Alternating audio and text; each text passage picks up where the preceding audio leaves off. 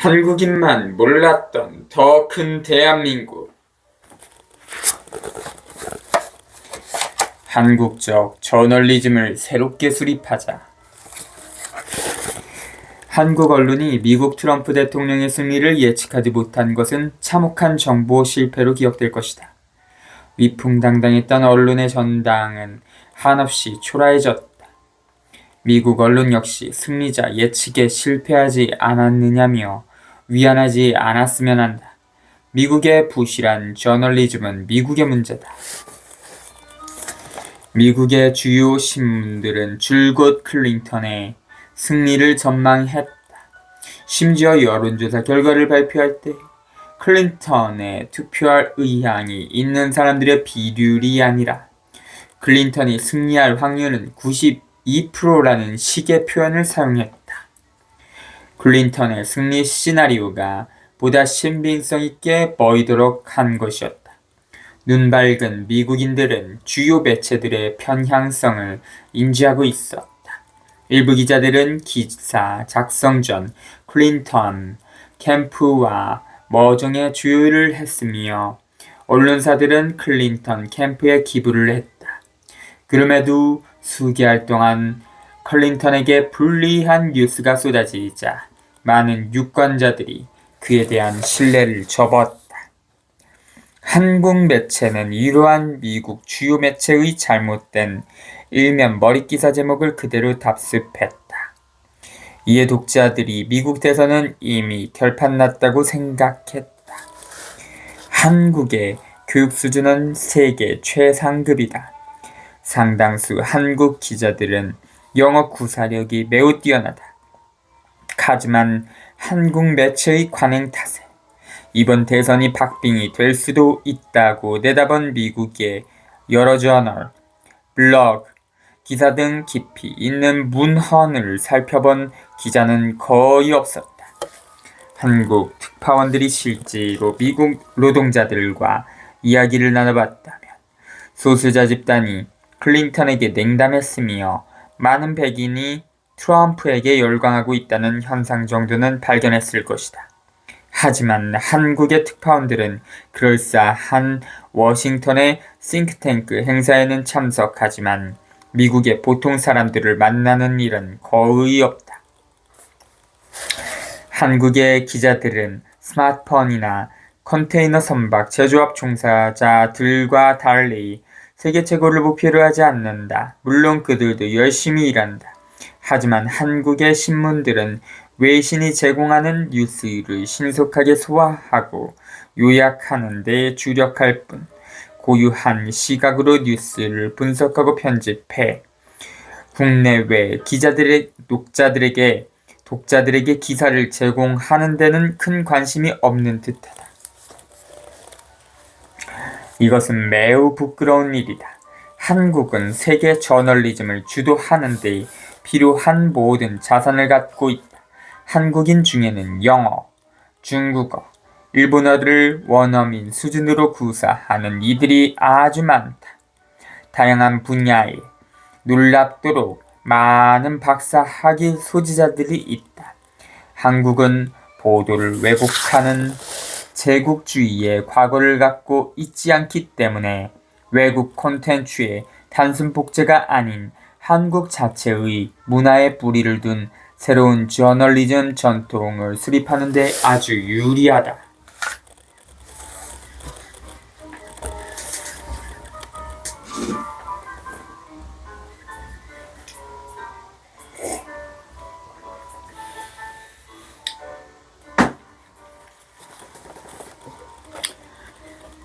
한국의 새로운 저널리즘 수립을 위해서는 기자들이 일정 부분 격식과 관습을 포기해야 한다.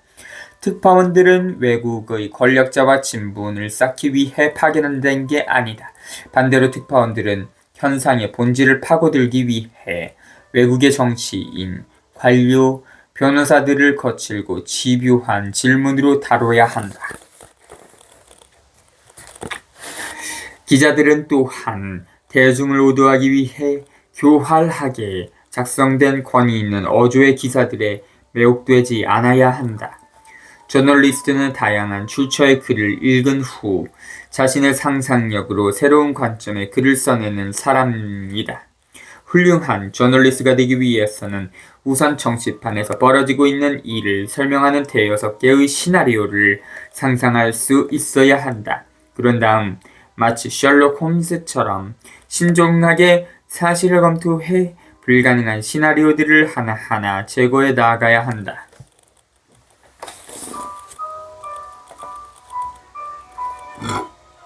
이런 과정을 거쳐야만 진실에 다가갈 수 있다.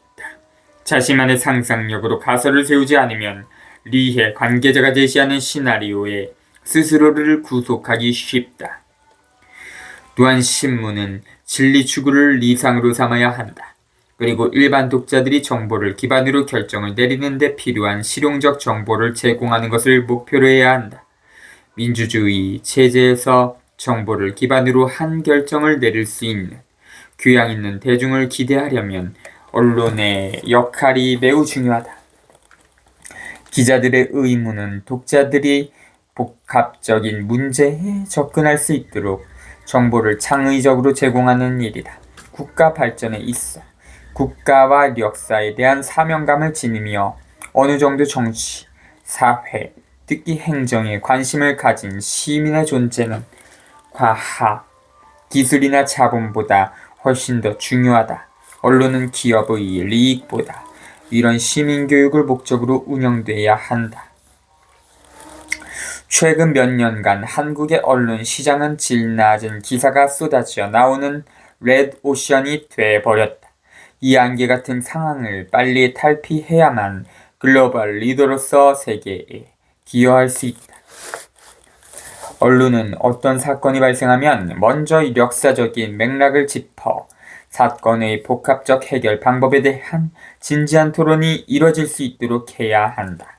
과거 5년 전 혹은 100년 전에 어떤 비슷한 일이 있었는지 역사적 맥락을 제시해야 한다. 피상적 상황보다 실질적 내용에 주목할 수 있는 문화는 우리 스스로 만들 수 있다. 절대 현재 상황만을 조건으로 삼아서는 안 된다.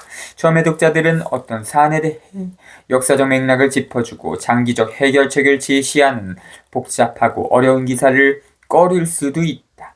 하지만 시간이 흐르면 그러한 글쓰기는 대중을 소비자가 아니라 참여적 시민으로 변화시켜 그들을 책임성 있는 정치로 인도할 수 있을 것이다. 앞으로 한국은 심대한 도전에 직면하게 될 것이다. 우리는 한국이라는 나라의 구성원으로서 힘을 합치고 나아가 정보에 기반한 현명한 결정을 내려야 한다. 현재 한국은 매우 높은 수준의 저널리즘과 기자들의 헌신이 필요하다. 언론의 모범을 반드시 해외에서 찾을 필요는 없다. 지금 한국 언론은 분명 새로운 모범적 모델을 필요로 하지만 CNN, 뉴욕타임즈 등 해외 매체가 한국 매체보다 반드시 더 건강하다고 볼 수는 없기 때문이다. 오히려 해외 매체는 한국보다 더 심한 가짜 뉴스를 많이 제공하고 있다. 해외에 좋은 사례가 많은 것도 사실이지만 인기와 지명도만이 중요한 것은 아니다. 언론 개혁에 있어 역사를 빼놓아서는 안 된다. 50여 년 전에 발간된 옛 신문을 다시 보는 것도 도움이 될 수 있다. 한국의 위대한 사학, 전통을 재검토해 봐도 좋다. 조선 왕조 실록을 비롯한 좋은 역사서를 검토하고 관련 자료를 분석해 객관적인 기술, 방법을 배울 수 있다. 한국의 사학 전통을 인정하고 계승하면 한국적 언론이 탄생할 것이다. 100년을 내다보는 지방자치제 그리고 도시계획. 2007년 한국에 왔을 때 나는 지방자치단체의 제도 개혁 능력이 깊은 감명을 받았다. 당시 나는 충청남도 도지사의 보좌관으로 일하며 도청 소재지를 대전에서 홍성으로 이전하는 준비 과정에 참여했다. 한국에선 도시 인구가 100만 명에 이르면 시가 광역시로 승격된다. 대전이 광역시가 되면서 충남 도청 소재지를 홍성으로 이전하게 됐던 것이다. 이것은 매우 과학적이고 실용적인 정책으로 미국에선 거의 불가능한 혁신이다. 미국의 뉴욕이나 LA 같은 대도시는 다른 주들보다 훨씬 더 많은 인구를 갖고 있지만 그에 걸맞은 지위를 확보하지 못했다. 지난 반세기 동안 새로운 주를 만들어야 한다는 요구도 많았으나 실행은 쉽지 않았다. 푸에르토리코 같은 자치령은 주로 승격시키는 문제도 워낙 오래 끌어 이젠 아예 독립시키자는 논의가 대두된다. 한국의 도청 소재지 이전 정책에서 나는 놀랍고도 신속한 혁신을 발견할 수 있었다. 그러나 다른 한편으로는 약점도 발견했다. 지방정부의 도시 설계 과정에서 나타나는 근시안적 태도와 확고한 제도적 틀에 결여를 낼 수 있다. 공무원들은 해당 도시가 과거에 어떤 훌륭한 운영 선례를 갖고 있었는지 알지 못했다. 신속한 혁신에도 충분한 사전 숙고의 시간이 필요한 법이다. 그러나 이들에게 주어진 시간은 충분치 않았다. 온갖 양식의 서류를 채우기에도 시간이 모자랐다. 물론 내가 충청남도, 대전시, 서울시에서 함께 일한 공무원들은 교육 수준도 높고 사려 깊은 이들이었다. 그러나 많은 장점을 지녔음에도 그들은 1년만 지나면 다른 부서로 방명이 나는 순환 근무제의 틀에 갇혀 있었다. 공무원들이 뛰어난 지적 능력과 굳은 의지를 가지고 있음에도 한 분야에서 전문성을 구축하기 어려운 이유다. 이들에게 따로 시간을 내 업무와 관련된 서적을 읽어보려고 하는 건 아마 사치스러운 주문일 것이다. 게다가 각 지방정부를 평가하는 기준도 장기적이고 체계적이기보다 단기간에 구체적 결과물을 내는 데 초점이 맞춰져 있다.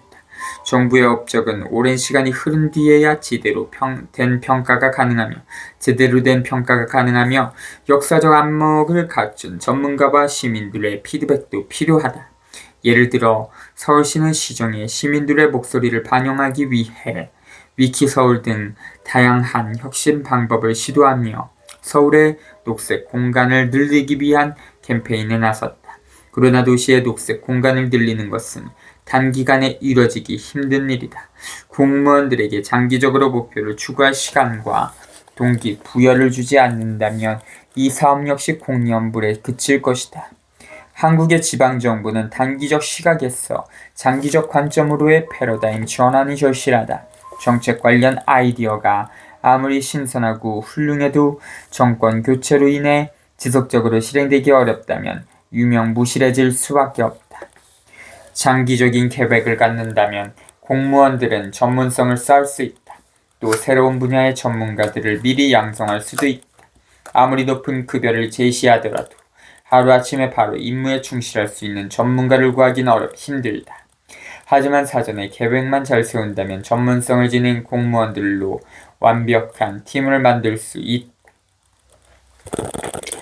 이 문제 해결에 도움이 될 행정적 지혜를 조선 왕조의 통치 방식에서 찾으면 어떨까? 정도전이 조선 경국 대전에서 구축한 조선의 통치 리념은 그 후 500년을 지탱했다. 예컨대 서울시도 최소 100년을 내다보고 개발, 유지, 관리만해서 장기적 계획을 세울 필요가 있다. 도시계획안만으로 40년 후의 세부적인 청사진까지 세우긴 어렵다.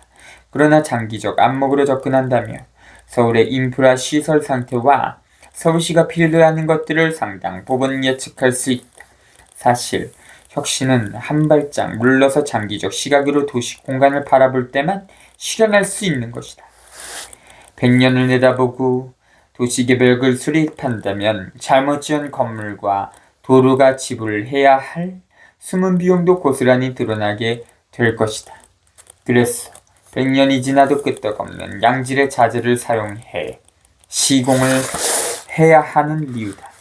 당장은 시간이 걸려도 제대로 구축한 하수 시설과 보도가 더 경제적인 결과를 가져올 것이다.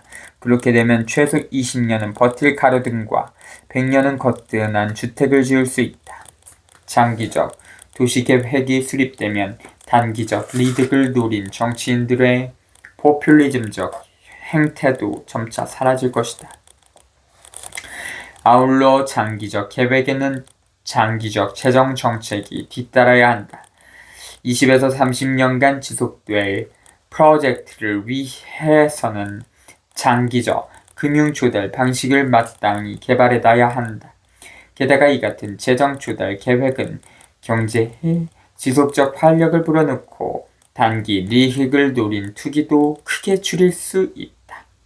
조선의 통치 시스템은 장기적 계획에 확고한 바탕을 두었다.